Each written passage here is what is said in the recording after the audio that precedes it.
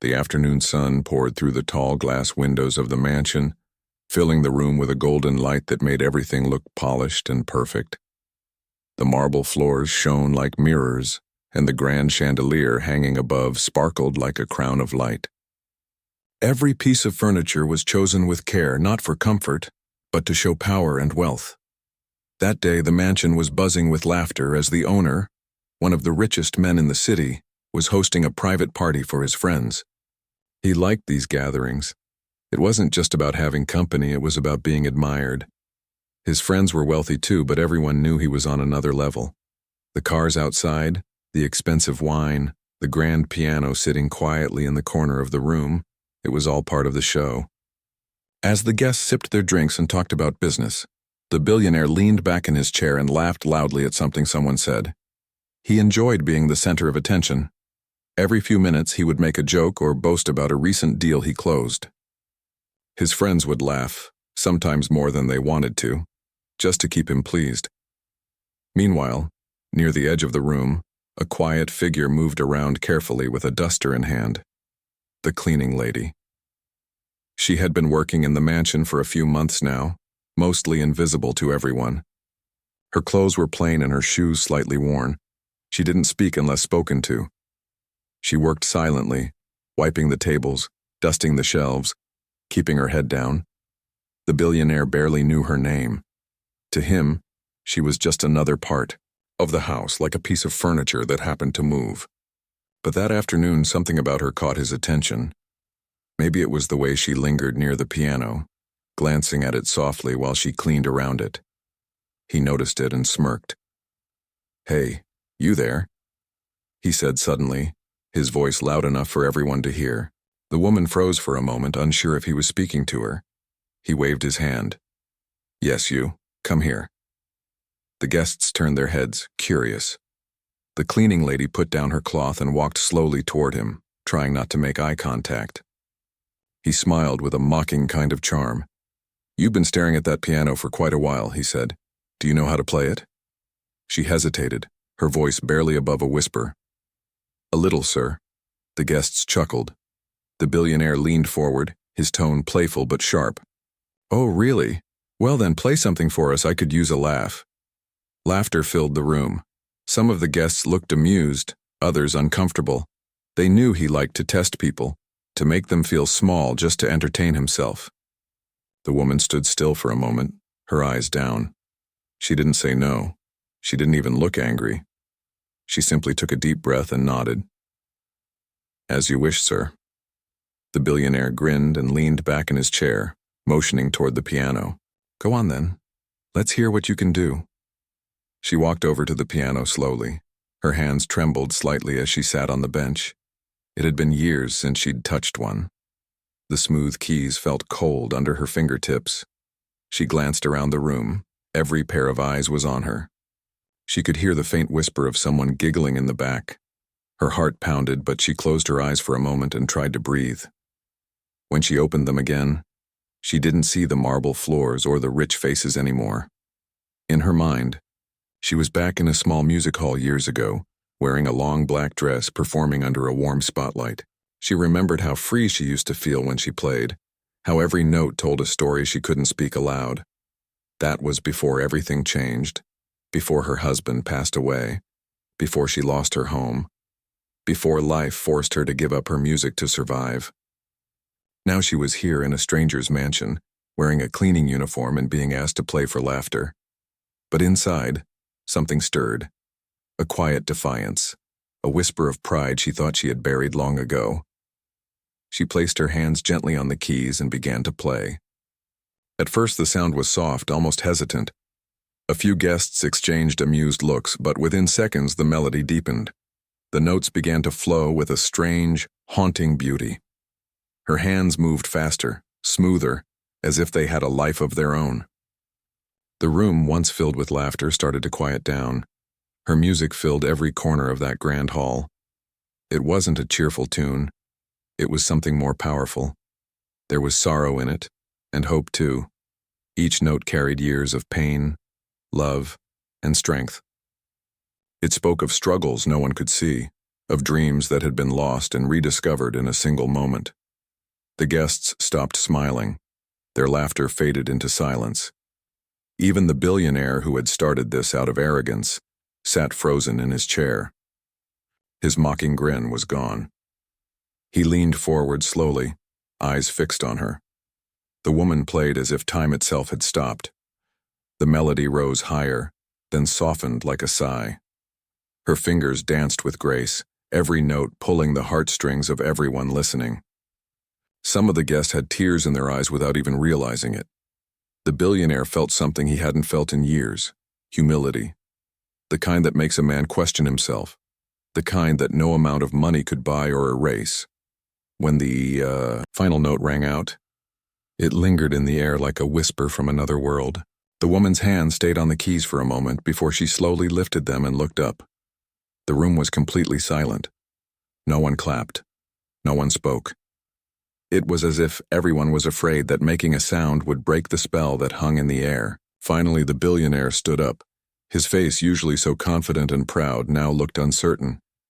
He took a step forward.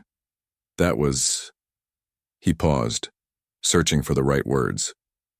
That was beautiful. Where did you learn to play like that? The woman looked at him quietly. I used to play before, she said softly. A long time ago. Her words were simple, but the way she said them carried the weight of years, of things lost, of stories untold. The billionaire didn't know what to say. He looked at the guests, who avoided his eyes. For the first time in a long time, he felt embarrassed, not for what he owned, but for how small his heart had been. The woman stood up and gave a small, polite nod. May I return to my work, sir?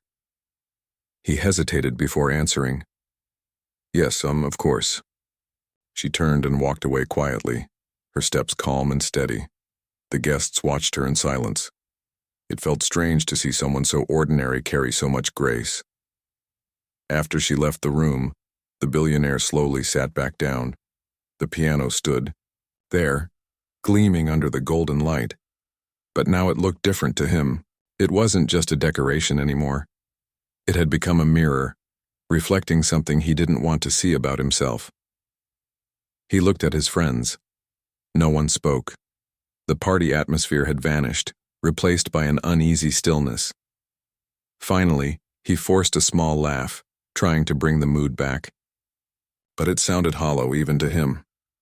Let's get more drinks, he said, waving toward the bar. But the excitement was gone. The laughter didn't return. As the evening went on, the billionaire couldn't stop hearing the melody she played. It replayed in his mind again and again. There was something in that music that touched a place deep inside him, a place he didn't know existed anymore. That night, when the guests finally left and the mansion was quiet again, he found himself walking toward the piano. The air was still, the faint smell of perfume and champagne hanging around.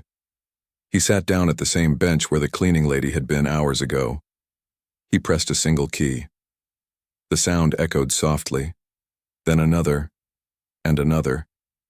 But it didn't sound the same. His hands were stiff, his touch empty. He realized that no matter how much money he had, he could never buy what she had given them that day, a piece of her soul wrapped in music. He sat there in silence, staring at the keys, remembering her calm face and the way she had looked at him, not with anger but with quiet strength. For a man who had everything, he suddenly felt like he had nothing at all. That night, sleep didn't come easily. The melody haunted him, filling his mind with questions he couldn't answer. He didn't know her story yet, but he knew one thing. For certain, he would never look at her or anyone like her the same way again. That night was longer than usual. The billionaire tried to sleep, but the sound of the piano kept echoing in his head. He tossed and turned, replaying the woman's performance over and over again. He had heard countless musicians before, some world-famous, but none of them had made him feel what she did. It wasn't just music. It was something deeper, something alive. The next morning, he woke up early, restless. For the first time in years, he skipped his usual routine. Normally, his assistant would bring him coffee and read his schedule. but he didn't want to see anyone. He just wanted to understand what had happened the day before. He walked into the living room where the piano stood. The sunlight hit it softly, making the black surface shine. It looked calm, untouched, but he could almost see her sitting there, again, her hands gliding over the keys, her eyes closed, lost in the music. He sat down at the bench, trying to recall the tune she played. His fingers pressed a few random keys, but nothing came close. He realized it wasn't just about technique. It was about emotion, and that was something money couldn't buy.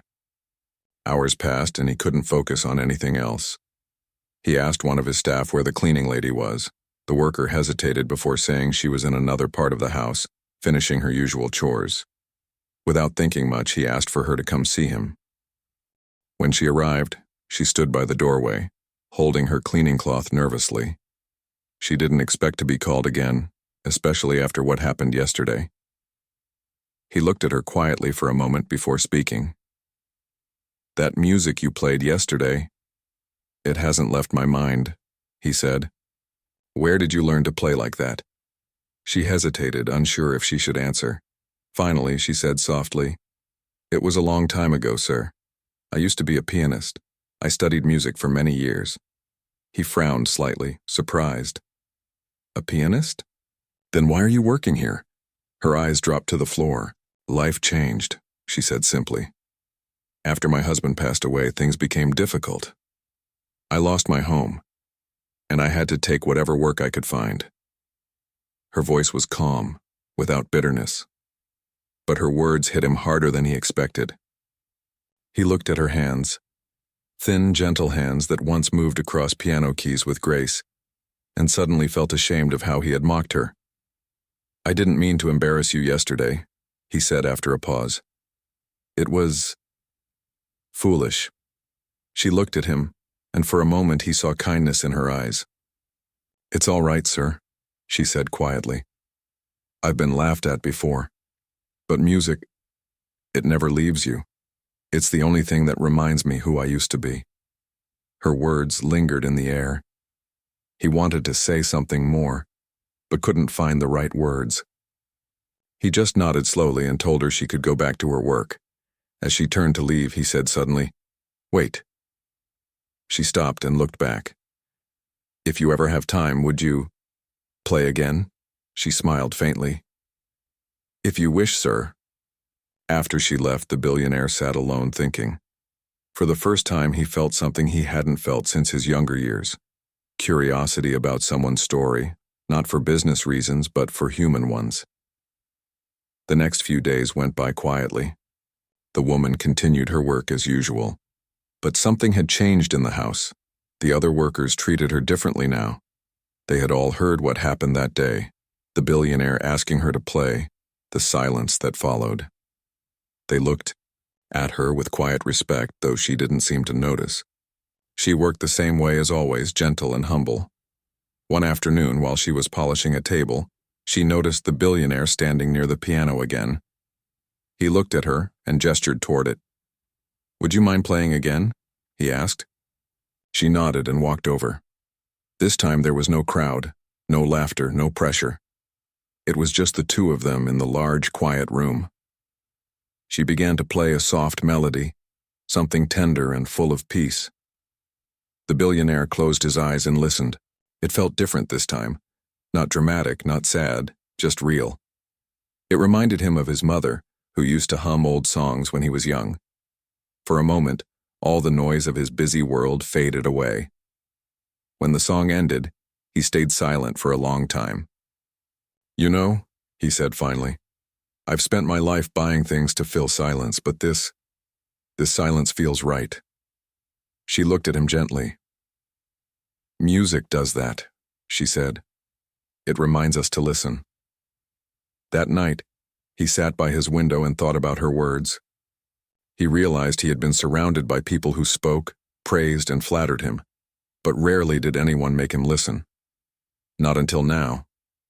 Days turned into weeks, and slowly, an odd friendship began to form between them. He would sometimes ask her about music, and she would answer quietly, never boasting, never making him feel small. She told him about the small music school she used to teach at, about the children who couldn't afford instruments but still dreamed of playing. He listened to her stories and felt something changing inside him. It was as if her words peeled away the layers of pride he had built over the years. One evening he asked, "Do you ever miss it? Performing?" She smiled softly. "Every day," she said. "But I'm grateful I can still play, even if it's just for myself." He looked at her, truly looked, and realized how much strength she carried behind her quietness. He thought about how he had once laughed at her. The memory made him uncomfortable. That weekend, the Billionaire had another party planned, a gathering for investors and business partners. The memory of the last event was still fresh in everyone's mind. This time, when guests arrived, they noticed the piano had been placed in the center of the room instead of the corner. As everyone mingled, he approached the cleaning lady again. "Would you play for them tonight?" he asked softly. "Not for me, but for them." She hesitated. "Are you sure, sir? I don't want to make anyone uncomfortable." He smiled faintly. "You won't. You'll make them see what I saw." She agreed, though her hands trembled slightly as she sat down. The room was filled with people dressed in silk and gold, their laughter bouncing off the high walls. But when she started playing, the room slowly fell quiet again. Her music was even more powerful this time. It carried warmth and wisdom, the kind that comes only from a life that has known pain and peace. The guests listened, silent and still. Some had tears in their eyes. When she finished, there was a long pause before everyone clapped. Not the kind of polite applause that people give out of habit, but the kind that comes from true awe. The Billionaire stood up and said quietly, "This is the most valuable thing in my house." The guests looked at him surprised. They expected him to point at a painting or a diamond sculpture, but he nodded toward the piano and the woman sitting beside it. After the event, many guests came to her, thanking her for the performance. For the first time in a long time, she felt seen, not as a worker but as a person. Later that night, when everyone had gone, the Billionaire stayed behind and spoke to her again. "You've reminded me of something I forgot," he said. "That people are not defined by what they own, but by what they give." She didn't say much, only smiled quietly and nodded. When she left for the night, the mansion felt different, warmer, somehow alive. But the next morning, when he asked his assistant to call her, he was told she had resigned. She had left a small note behind, written neatly in careful handwriting. It said, "Thank you for letting me play again. It reminded me that I still have music inside me." He held the note for a long time, staring at it. For the first time in years, he didn't feel angry when someone left. He felt something else, something that made him want to be a better man. From that day on, he began to change small things. He spoke more kindly to his staff. He listened instead of talking. And every evening, he would sit by the piano, pressing a few keys, trying to remember the melody she had played. The sound never came out quite right, but that didn't matter anymore. What mattered was that he finally understood what she had taught him without ever meaning to, that real wealth isn't found in money or power. It's found in kindness, humility, and the music that lives quietly in every heart. The mansion felt emptier than usual after she left. Days went by, but the echo of her music still drifted through the Billionaire's mind. Every time he passed the piano, he would stop for a moment and look at it, half expecting to see her there again. But the seat remained empty. The quietness that once felt comforting now seemed heavy and cold. He had her note folded neatly inside his desk drawer. Sometimes he would take it out and read it again. "Thank you for letting me play again. It reminded me that I still have music inside me." Each time he read it, something stirred inside him, something that made him question the way he had lived all these years. He realized that he didn't know her full story. He only knew bits, pieces of her past that hinted at pain and resilience. For a man who had spent his life knowing everything about his competitors' deals and profits, it bothered him that he didn't know much about a person who had changed his heart so deeply. He asked one of his staff members if they knew where she had gone, but no one did. She had left quietly, just as she had lived, without leaving any trace. Weeks turned into months. The billionaire continued running his business, attending meetings and signing deals, but nothing felt the same. The success that once gave him pride now felt hollow. He still had everything: money, power, influence. But something essential was missing. Sometimes at night, he would sit by the piano and try to remember her music. He would play a few notes, stop, and sigh. No matter how hard he tried, he couldn't capture the feeling she brought into the room that day. Her music wasn't just skill, it was her heart, her story, her truth. One evening, after a long business dinner, he returned home and sat in the darkened room. The piano gleamed faintly under the dim light. He poured himself a drink but didn't touch it. The city lights outside looked distant, almost lonely. He thought about how he had spent years building walls around himself, walls made of pride and gold. He had laughed at others, judged them by their worth, and believed that money could buy everything. But that day, a simple woman with a quiet soul had shattered those walls with nothing but her music. He decided that night that he needed to find her, not to apologize again, but to understand. He didn't want her to just be a memory tied to guilt. He wanted to thank her properly and maybe in some small way make things right. The next morning, he asked his assistant to gather information about her. It wasn't easy. She had left no address, no phone number, no official records other than her employment file. But there was one clue: an old reference letter from a community center where she had once volunteered teaching children piano. That became his first stop. The building was small and worn out, located on the quieter side of town. The paint was peeling and the signboard was faded, but there was something warm about it. Inside, he heard the sound of laughter and faint music, small children practicing out of tune. He smiled despite himself. An older woman greeted him and asked if he needed help. He explained that he was looking for someone who used to teach piano there. He showed her a copy of the reference letter with the woman's name on it. The older woman's eyes softened. "Ah, yes," she said. "She used to volunteer here a few years ago. A kind soul. The children loved her. Do you know where she is now?" he asked. The woman nodded thoughtfully. "She comes by sometimes. Not to teach anymore, but to visit. She helps us tune the piano or bring snacks for the kids. I think she lives nearby in the old brick apartments down the street." He thanked her and left. His heart beat faster as he walked toward the building she mentioned. It was an old apartment complex, nothing fancy, but clean and quiet. He found her name on one of the mailboxes and stood there for a long time, unsure if he should knock. Finally, he did. When the door opened, she looked surprised to see him standing there. For a moment, neither of them spoke. "I hope I'm not disturbing you," he said softly. She gave a polite smile. "No, sir. I didn't expect to see you here." He nodded awkwardly. I wanted to thank you properly. For what you did. For the music. It stayed with me." She stepped aside and invited him in. Her apartment was small but warm. A simple couch, a few books, and a small keyboard sat by the window. There were photographs on the wall, some of children smiling with little instruments, others of her younger days on stage. "You taught here?" he asked, looking at the pictures. She nodded. "Before life got difficult, yes. Music was my life for a long time.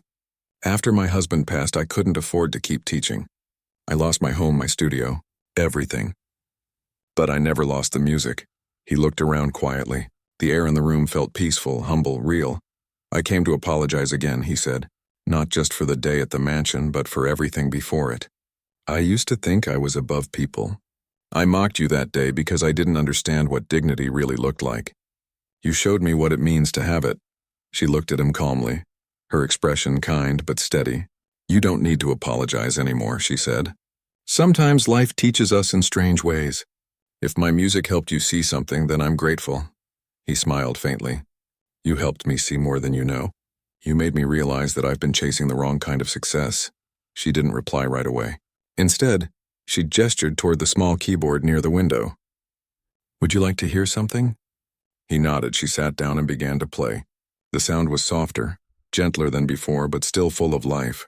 The melody filled the tiny apartment, wrapping around them like a memory. It wasn't sad. It was hopeful. As she played, he looked around at the worn furniture and simple walls, and he realized something. This woman, who had lost so much, still carried more peace in her heart than he ever had. She didn't need wealth to feel rich. Her music gave her everything she needed. When the song ended, he said quietly, "You could still perform. People would love your music. You shouldn't be forgotten." She shook her head with a small smile. "I don't play for fame anymore. I play to heal, to remind myself that life can still be beautiful even when it's hard." Her words sank deep into him. After that day, he started visiting the community center often. At first, he went quietly, sitting in the back while she taught children to play simple songs. He watched the joy on their faces and felt something inside him soften. Soon he began donating instruments to the center, new pianos, violins, guitars, without putting his name on them. He didn't want recognition. He wanted the children to have what she once lost. Months passed, and the center grew into something bigger.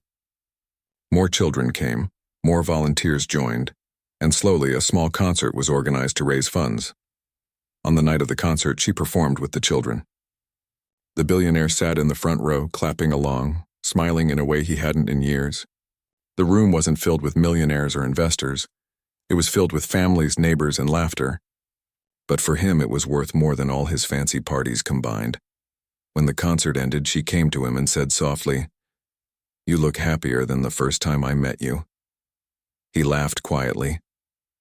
"That's because you showed me what happiness really sounds like," she smiled. And for a moment there was a shared silence, one filled with understanding, forgiveness, and peace. That night, as he left the hall, he looked up at the stars and felt something he hadn't felt since childhood. Contentment.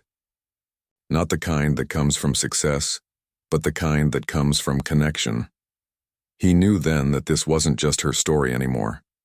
It was his too.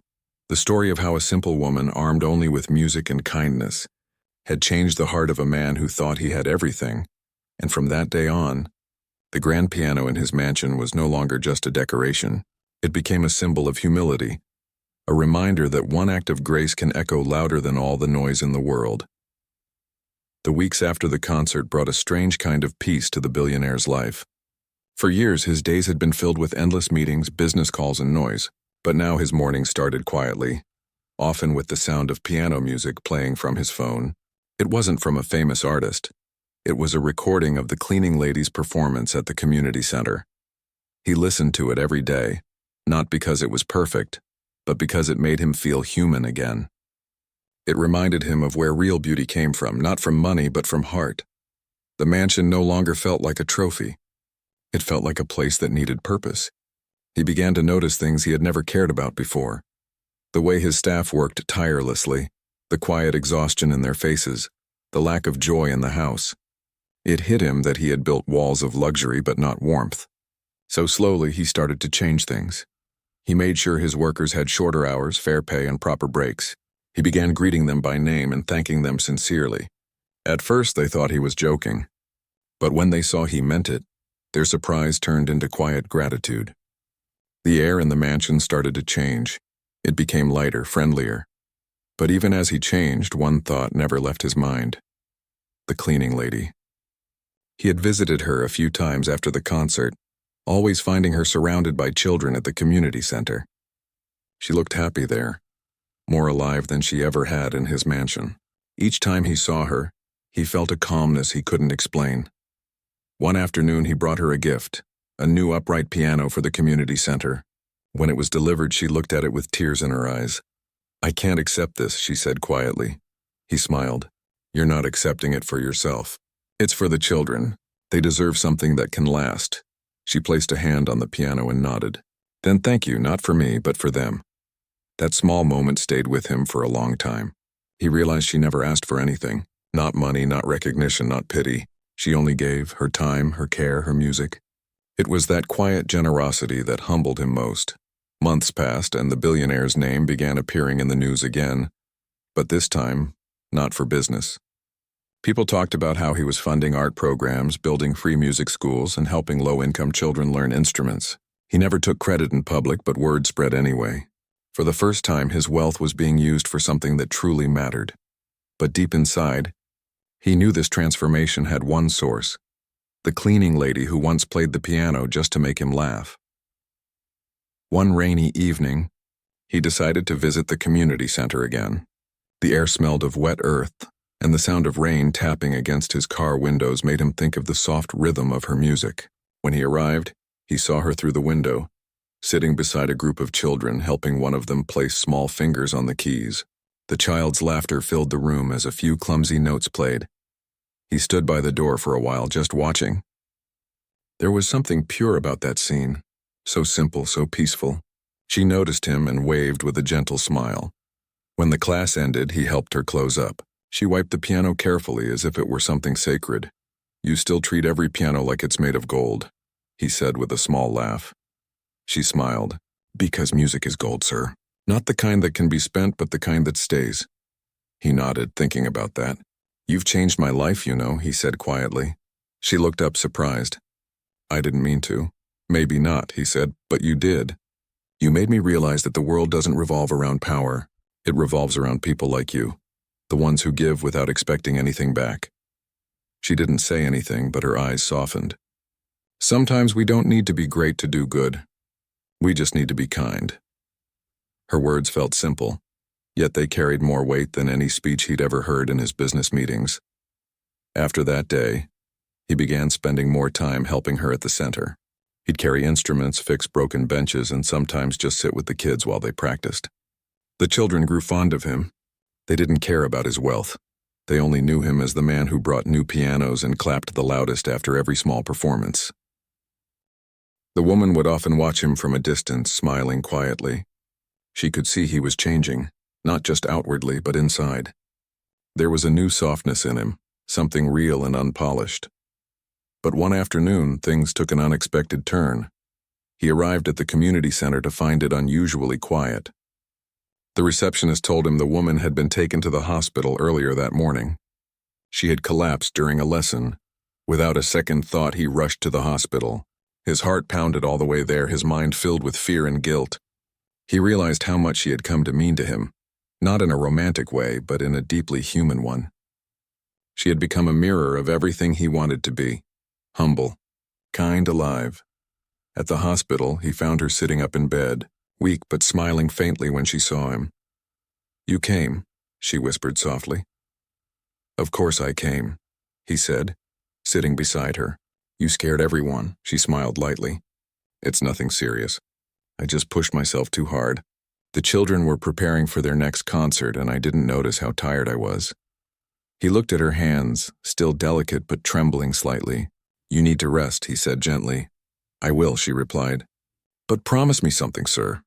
"Anything," he said. "If something happens to me, keep the music going. Don't let it stop." "Not for me, for them." He felt his throat tighten. "Nothing will happen to you," he said quickly. "You'll be fine. You'll play again." She smiled faintly but didn't argue. "You've come a long way, sir. I'm proud of who you've become. You've learned to listen with your heart." Her words hit him deeply. For a moment he couldn't speak. He just nodded, his eyes burning. Over the next few days he visited her often. They would talk about music, life, and how strange it was that two people from such different worlds could understand each other so well. She would sometimes hum old melodies, and he would sit silently, feeling the peace in her voice. When she finally recovered enough to go home, he helped her return to her small apartment. She insisted she didn't need help, but he carried her bags anyway. Before leaving, he looked around her home again. The same old keyboard, the same photographs, the same warmth. "You've turned this small place into something beautiful," he said. She smiled. "Beauty doesn't come from space, sir. It comes from spirit." That night, when he returned to his mansion, the piano in his living room felt alive again. He sat down and tried to play one of her songs from memory. For the first time, he managed to play it without stopping halfway. The melody wasn't perfect, but it was honest. He laughed quietly to himself. "You finally taught me," he whispered, as if she could hear him. The following week, he went back to the community center with a new idea. He wanted to create something lasting, a music scholarship for underprivileged children named not after himself but after her. When he told her about it, she was speechless. "You don't have to do that," she said. "I want to," he replied, "because your story shouldn't end with one song. It should keep playing." Tears filled her eyes, but she smiled. "Then promise me one thing, let the children always play with feeling." "That's the only rule." He nodded. "I promise." As the months went by, the scholarship grew. More children joined, more music filled the halls, and the woman continued to teach whenever she could. The billionaire often sat quietly at the back, watching her lead the young players with patience and love. He realized that even if she didn't have riches or fame, she had something far greater. She had left an imprint on every heart that heard her play, including his. And for him, that was enough. Time moved softly after that. Seasons changed, but the music never stopped. The community center became a small beacon of hope for the town. Children who once had no place to go now had a reason to smile, to dream, to create. Every afternoon, the sound of pianos, guitars, and laughter filled the rooms, carrying life into the air like a gentle rhythm. The billionaire often sat quietly in a corner, watching them. He had changed so much that even his old friends could hardly recognize him. The sharp, restless man who once cared only about profits and status now found peace in the sound of clumsy notes played by tiny fingers. He didn't mind when a wrong key was pressed or when a child burst into giggles halfway through a song. Every imperfect note reminded him that life, too, could be beautiful, even when it wasn't flawless. The cleaning lady, whose music had once made him laugh, was now at the heart of it all. Her health was fragile, but her spirit hadn't dimmed. She walked slower now, sometimes leaning against the piano for balance, but her voice still carried calm and warmth. The children adored her. They called her Miss Melody, a name one of them had given her one day, and it stayed. She laughed when they said it, but deep down it touched her heart. One day the billionaire came to the center with something special. He carried a small wooden box in his hands, and when she saw it, her eyes widened in curiosity. "What's that?" she asked. He smiled. "Something I've been working on. I thought it was time you had something that belonged to you." He opened the box to reveal a golden key, not to a piano, but to a new building. "What is this?" she whispered. "It's the key to the new music academy," he said softly. "It's just across the river. It will be free for anyone who wants to learn, and it will have your name on the sign outside." Her lips parted in disbelief. "My name?" "Yes," he said with a small smile. "You inspired it. You inspired everything." For a long moment she couldn't speak. Tears filled her eyes and her hands trembled slightly as she held the key. "I don't know what to say," she finally whispered. "Then don't," he said gently. "Just keep teaching. That's all I want." She laughed softly, wiping her tears. "You never stop surprising me. And you never stop teaching me," he replied. When the academy opened a few months later, it became the biggest project of his life. Not because of its size, but because of its soul. The building wasn't fancy. It was simple, warm, and filled with light. The walls were painted in soft colors, and every room had an instrument waiting for someone to play it. On the front wall, written in elegant letters, were the words, "The Melody House, where music and heart meet." The day it opened, the entire community gathered. Parents, children, neighbors, and even people who had never played a note before came to see it. The cleaning lady sat quietly in the front row, still overwhelmed. When it was time for the ribbon to be cut, the billionaire refused to do it himself. He handed her the scissors. "You should do the honor," he said softly. She shook her head. "This is your work, sir," he smiled. "No, it's our work." Her hands shook slightly as she cut the ribbon and the crowd broke into applause. For a moment she closed her eyes and listened to the sound. It was more beautiful than any concert she had ever played.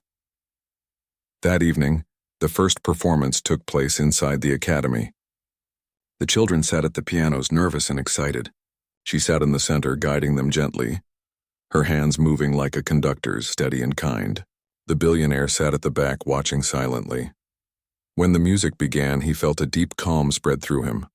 Each note carried a story, of struggle, of hope, of kindness. He thought about the first time he'd asked her to play for him, the careless way he'd laughed, and how that single moment had changed everything. The children played beautifully, their faces glowing with pride. Some parents cried quietly, others smiled wide. The billionaire didn't move. He was lost in the sound. When the performance ended, the children cheered, and she stood up slowly to bow. Her eyes met his across the room, and they both smiled, an unspoken understanding passing between them. After the crowd left, he stayed behind to help her clean up. She was folding some sheet music when she suddenly said, "You know, I used to think music was only about sound, but now I see it's about people. It's about how we connect." He nodded. "That's what you taught me," she smiled faintly. "Maybe that's what you needed to hear all along." For a long moment, they stood there quietly, the soft echo of the piano lingering in the air. Then she walked over to the instrument, placed her hands on the keys, and began to play, slowly, softly, almost like a whisper. It was the same melody she had played for him that very first day, when he had wanted to laugh. Only this time he didn't laugh. He listened. He closed his eyes and let the music wash over him, feeling each note like a memory. It was tender, full of emotion, filled with everything she was and everything she had given. When the last note faded, she turned to him with a gentle smile. "You see, sir," she said quietly, "music always finds a way to speak when words can't." He nodded, his voice thick with emotion. "And sometimes it changes people more than anything else can." From that day on, the academy grew beyond anyone's imagination. It became a safe haven not just for children but for adults too. People who had lost hope, who needed something to remind them of beauty. The cleaning lady continued to teach there even when her health made it hard. She said the music kept her alive. Years passed. The billionaire grew older, but his purpose never faded. He spent more time at the academy than in his offices. The business world called him less often, and he didn't mind. His days were filled with simpler joys, helping a child learn a new song, listening to the laughter in the halls, and sometimes sitting beside her as she played.